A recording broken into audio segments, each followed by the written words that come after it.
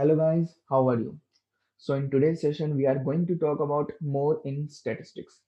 So more in statistics in the sense means we are not going to talk about some basics operations like mean, median, mode and something like that operations. We are going to talk about in a little more in depth, a little one step forward from that. For if you don't know about basics, then I will recommend you that you should go and see some videos, see the video of basics, see let get to know about some basic of statistics. And today we are going to talk in one step more forward in the term of basics. So here are, that's why I named this topic like more in statistics. So today we are going to see about some methods in statistics that are useful while we are dealing some with some data sets. As you all know, when we are in the field of data science, data analytics, machine learning, deep learning, and artificial intelligence, we are going to deal with data sets. So we have to perform some statistical operations, methods, and all. So to apply that statistical operations in a more one step more deeper. So today's session for that only. So let's get into this. So in today's session, we are going to talk about these all statistical measures. First is variance, second is standard deviation, third is quantile, fourth is skewness, and fifth is kurtosis. So these all five topics we are going to cover in today's session. Also, at last, we are going to do a coding session. So let's start with this. First, let's go into see the variance. Variance is a measure of the span of numbers in a data set. The variance measures the distance each number in the set is from the mean. And here it in variance it is going to tell us about the distance between the data sets and the mean point of all data sets. That how much our data set are difference are in the far from our mean point, and how much distance is between mean and our data set point. So that's all this variance is about. And in the coding session we can find out the variance of our data by just using the numpy dot variance function, the variance function, the var function in the numpy. Through this we will calculate the variance, we will calculate the variance of our data. Next comes the standard deviation. Standard deviation is the measure of dispersion of a set of data from its mean. It measures the absolute variability of a distribution. Basically, standard deviation is calculated that how much your data is dispersed in according to the means.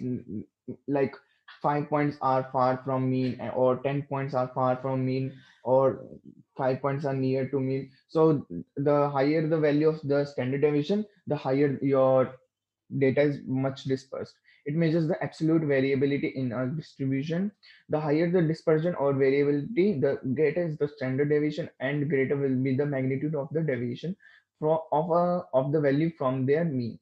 So as I told you, if they are 100 points, let's say they are 75% of the points which are far from mean, and the 25% of points which are near to the mean. So standard deviation value is high. And let's say we have 50% of data which are far from mean and 50% of data are nearer to the mean, then then the standard deviation would be less than those of the 75% data which are farther from the mean value. So in the coding session, we can calculate the standard deviation by using the numpy.std function. And we just pass the data and just calculate the standard deviation of that data set. So next comes the quantile. So in statistics and probability, quantiles are cut points dividing the range of probability distribution into continuous intervals with equal probabilities, or dividing the observation in a sample in the same way. So here here it is tell us that, let's say we have a range of data. Let's say we have data in between 10 to 100 and 10 to 1000, and there we have some numbers. And to divide our range in the same probability distribution in same range, we can use just quantile method to specify the 3 points and divide our data into the four sets. So for an example, let's say I have this data from 1 to 10 range, 1 2 3 4 5 6 7 8 9 10. And as you all know, 5 is the middle point, so that's why 5 is the 50 percentage. Here 5 is not means the 50 percentage. Let's say we have data in between 2 and 11, or 3 and 13, or 12. then the 6 or 7 value, the seventh value is the middle value, so that's why this 7 is calculated as 50 percentile. 50 percentile means which where the 50% of data 50% of data is less than 5. So as you can see in I specify 5 is as 50 percentile because 50%, that means a 1 2 3 4 and these all numbers are less than 5. So that means the 50% of our total data 50% of our total data is less than 5, so that's why 5 is the 50 percentile. So similarly, when we calculate the 25, 15, 75 percentile, let's say here 75 percentile is 7.5. That means 7 below here 7.5. All the values which are below the 7.5, all are 75% of the data. 75 percentile means 75% of data is less than 7.5, and 25% here 2.5 is can be written as 25 percentile because here 25% of data is less than 2.5.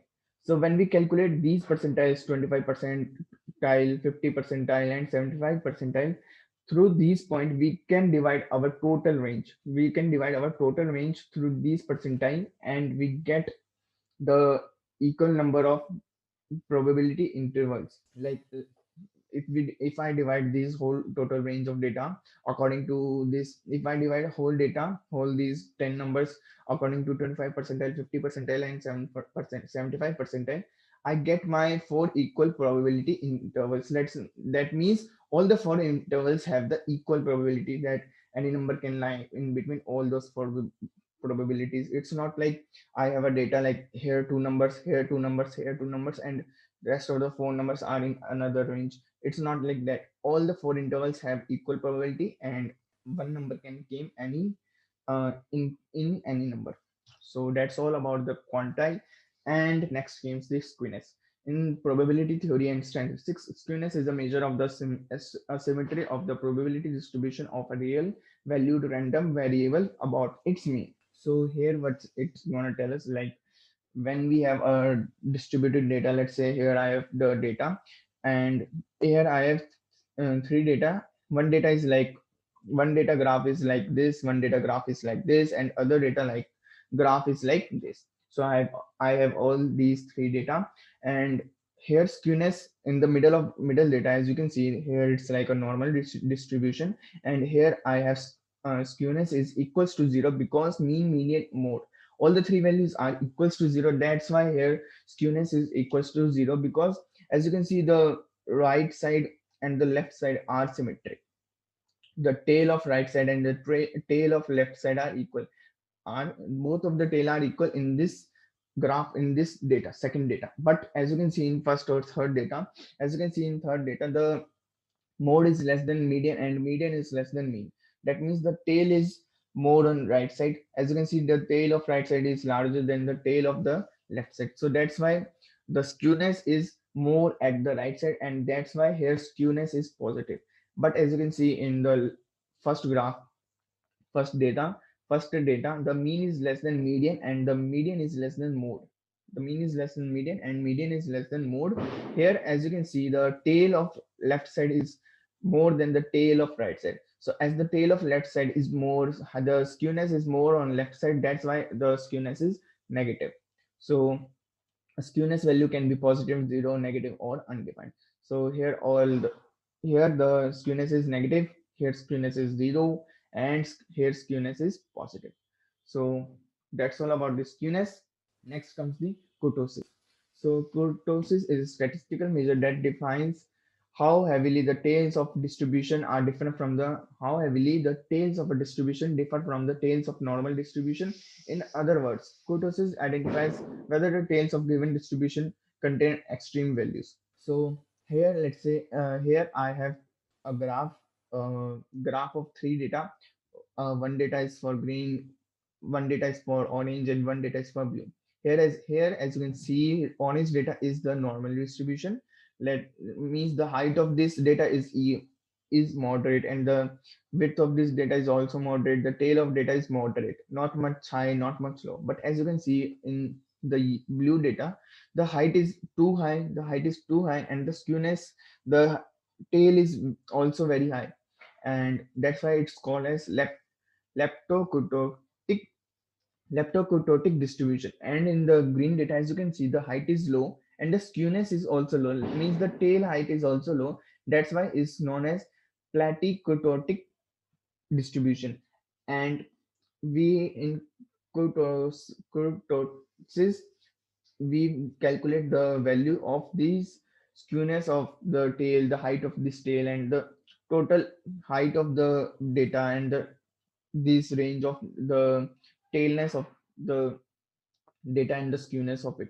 So as you can see, if I have a data like here, as you can see, if I have data which has the more tail and more height than the normal distribution, then the kurtosis value is greater than 0. And if I have data which has height less than normal distribution, or the skewness is less than the normal distribution, then the kurtosis value is less than 0. So that's all about the kurtosis. And now that's all about the theory part.